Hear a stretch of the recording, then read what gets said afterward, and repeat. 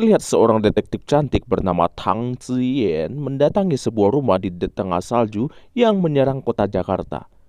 Di dalam rumah dia menemui seorang petarung yang bernama Liao Xiaohu yang adalah seorang prajurit ponik api. Tang pun menyuruhnya meminum obat sakit gigi daripada terjadi pertarungan yang tidak perlu di antara mereka. Liao Xiaohu tanpa basa-basi menyerang dan terjadilah pertarungan El Clasico yang seru di tengah guyuran salju di mana istri dan anaknya yang sebagai penonton sambil berteriak menangis.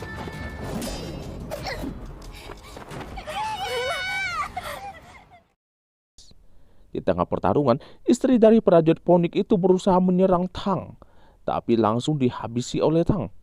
Melihat istrinya yang telah pergi ke dunia lain, prajurit ponik itu pun menyusulnya, menyisakan kedua anaknya yang menangisi kepergian kedua orang tuanya. Sedih juga. Tang kemudian bertemu dengan suaminya yang bernama Chou Qian, yang merupakan seorang pameran opera dan ahli lampu. Mengingat kedua anak tadi yang kehilangan orang tuanya, Tang pun mengeluarkan air mata dan mengajak suaminya untuk pindah ke tempat terpencil agar bisa hidup bahagia dengan meninggalkan dunia persilatan.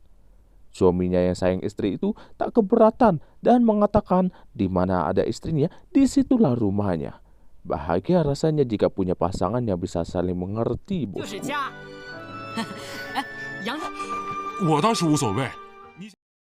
Putra mahkota dinasti Nan pun kedatangan seorang utusan bernama Zhang Xuxiang yang menyampaikan bahwa dinasti Pei akan menyerangnya.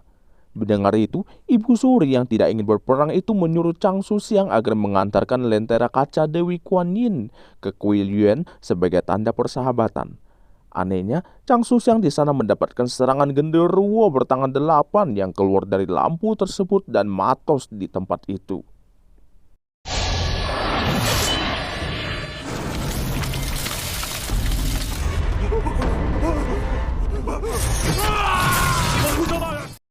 Scene pun berpindah di mana terlihat seorang gadis ayu yang merupakan pacarku bernama Sai mendatangi rumah Tang yang telah lama bersembunyi dari dunia persilatan.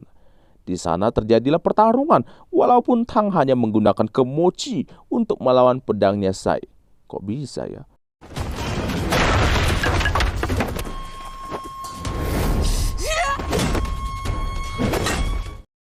Seorang petarung yang bernama Li DJ bersama seorang ahli panah yang bernama Han Ping yang merupakan utusan kaisar pun datang ke tempat itu dan menghentikan Sai pacarku yang ingin terus menyerang Tang hingga membuat Sai pacarku terlempar ke dalam kolam renang di mana suaminya Tang yang sedang asyik berenang.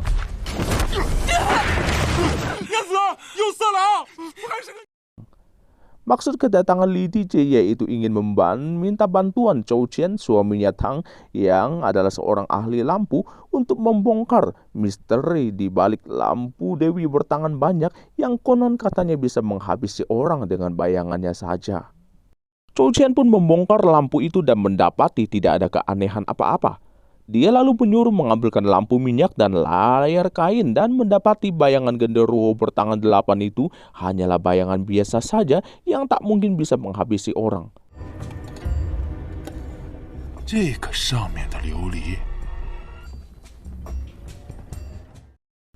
Setelah itu, Li DJ meminta bantuan dari detektif Tang untuk menangangi kasus kematian Zhang Xuxiang yang mungkin ada kaitannya dengan prajurit ponik api dengan memberinya pakaian perangnya yang telah lama tersimpan.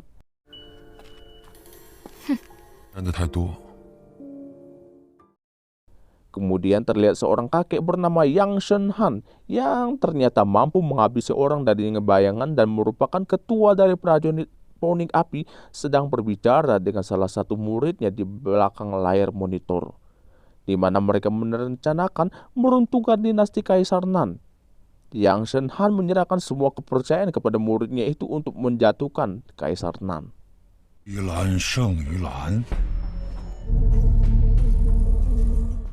Dan terlihat detektif Tang buru-buru mengajak suaminya untuk berpindah tempat lagi. Tiba-tiba mereka didatangi oleh Han Ping yang memberitahunya jika mereka telah menangkap Yang Shenhan, ketua dari prajurit ponik api yang ingin bertemu dengannya. Di situ, Yang Shenhan mengatakan jika detektif Tang adalah salah satu muridnya yang sangat dia banggakan dan mereka berencana akan menghabisi Kaisar Taiti dari dinasti Pei dalam waktu 3 hari, sehingga akan mengakibatkan peperangan antara dinasti Pei dan dinasti Han nanti. Han Ping dan Sai jadi bingung kenapa kakek itu memberitahu jika detektif Tang adalah muridnya dari prajurit ponik api. Li Tije pun menyuruh agar membawa keluar Yang Shenhan itu. Sedangkan detektif Tang ditahan karena perkataan kakek tua itu. Detektif Tang lalu meminta agar Li Tije menjaga suaminya.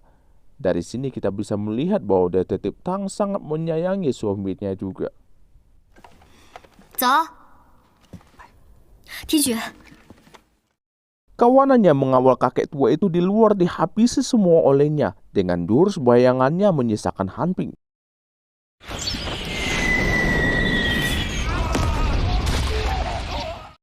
Dan kemudian datanglah Li Tije yang datang membantu dan terlihat Yang Shenhan kakek itu menghilang dalam kobaran api dengan senyum Pepsodentnya. Sedangkan di dalam penjara terjadi pertarungan antara Sai pacarku dan detektif Tang yang telah berhasil kabur karena dia ingin menyelamatkan suaminya dari kejaran Yang Shenhan. Melihat detektif Tang yang kabur, para prajurit pun mengejar dan memanahnya, tapi tak dapat dan dia berhasil kabur.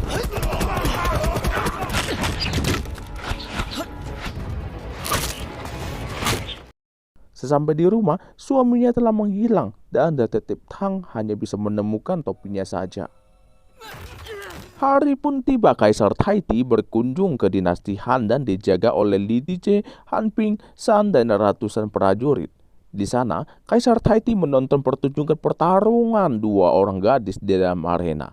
Tiba-tiba terjadi ledakan dan didapati Kaisar Taiti telah matos dihabisi oleh detektif Tang dengan memanfaatkan ruang bawah tanah tempat penyimpanan arak.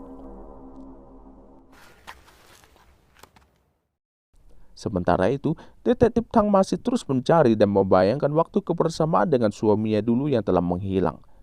Detektif Tang pun kembali ke tempat prajurit ponik dan bertemu dengan gurunya, yaitu si kakek tua itu. Gurunya mengatakan sangat bangga dengan apa yang telah detektif Tang lakukan. Cuma sedikit kecewa karena dia telah menikah, karena bisa menjadi kelemahan dirinya nanti.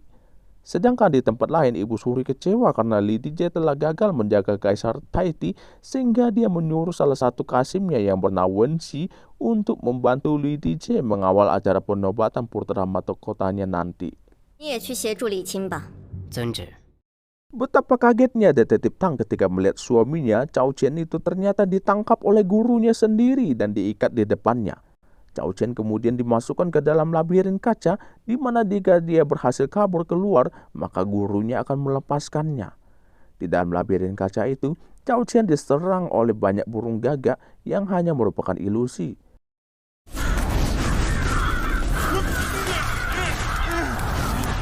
Dan karena dia mengetahui rahasianya, Cao Chen pun berhasil keluar dari labirin kaca itu. Tapi naasnya dia malah dihabisi oleh sang guru kakek tua itu. Betapa sakit dan sedihnya melihat suami yang saat dia cintai itu matos di depan matanya sendiri.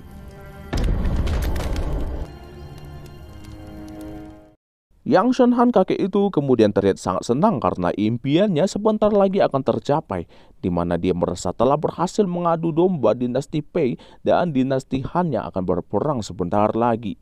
Yang Shenhan pun memberi cincin api poni kepada detektif Tang yang dia rasa akan mampu menggantikan dirinya. Tetapi ketika memegang tangan detektif Tang, dia mengetahuinya telah hamil dan ingin menghabisinya. Tapi detektif Tang yang lebih cepat menghabisi gurunya sendiri itu.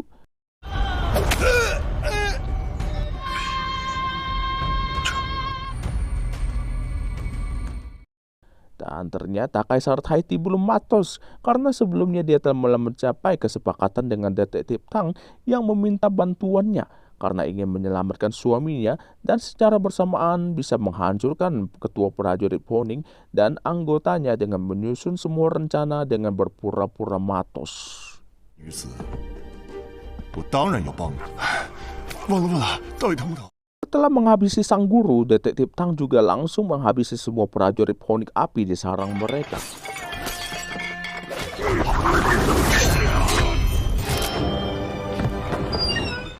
Setelah itu dia kembali ke suaminya yang tergeletak di tanah dan mengingat kembali masa-masa di mana dulu bersama suami tersayang yang dulu pernah menyelamatkan dirinya. Detektif Tang pun membawa suaminya pulang dan dengan sedih dan air mata yang dalam dia membakar semuanya.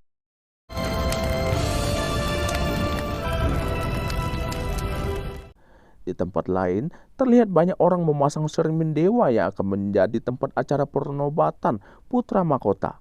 Wensi sang Kasim menyuruh Li Tije, Han Ping, dan saya pacarku untuk melindungi putra mahkota, sedangkan dia akan menjaga ibu suri nanti. Acara pun dimulai. Di bawah cahaya bulan terlihat cahaya yang sangat indah terpantul dari cermin di tempat itu.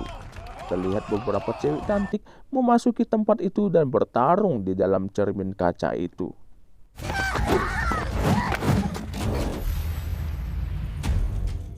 Tanpa mereka sadari, ternyata para petarung wanita itu yang ingin menghabisi putra mahkota, tapi berhasil digagalkan oleh Li Tije, dan terjadilah pertarungan di dalam cermin kaca ilusi tersebut. Para prajurit pun mengejar salah satu gadis itu hingga berhadapan dengan Kasim Wensi. Gadis cantik itu langsung dengan gampang dihabisi oleh Kasim Wensi. Tapi tiba-tiba di dalam dirinya muncul genderuwo bertangan 8 itu yang dalam sekejap menghabisi Kasim Wensi dengan gampang. Tanpa disadari, ternyata detektif Tang yang ada di sampingnya Kaisar Taiti dan langsung pergi untuk menyelamatkan Ibu Suri dari para prajurit Phoenix Api. Detektif Tang dan Sai dan Han Pin pun kemudian bekerja sama untuk menghadapi genderuwo bertangan 8 itu.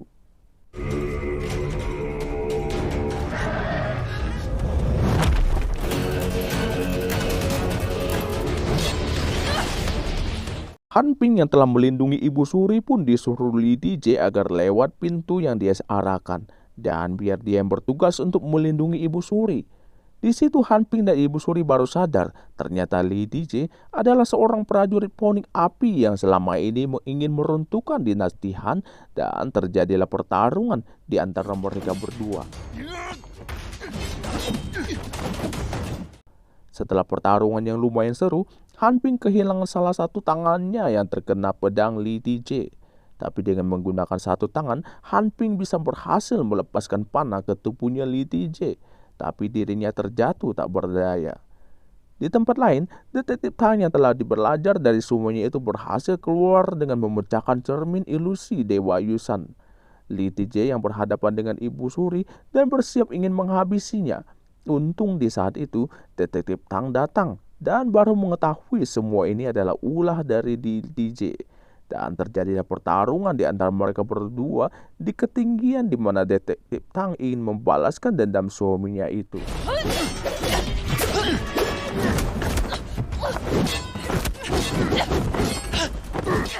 Setelah sekian lama bertarung, detektif Tang pun terlihat jatuh dari ketinggian.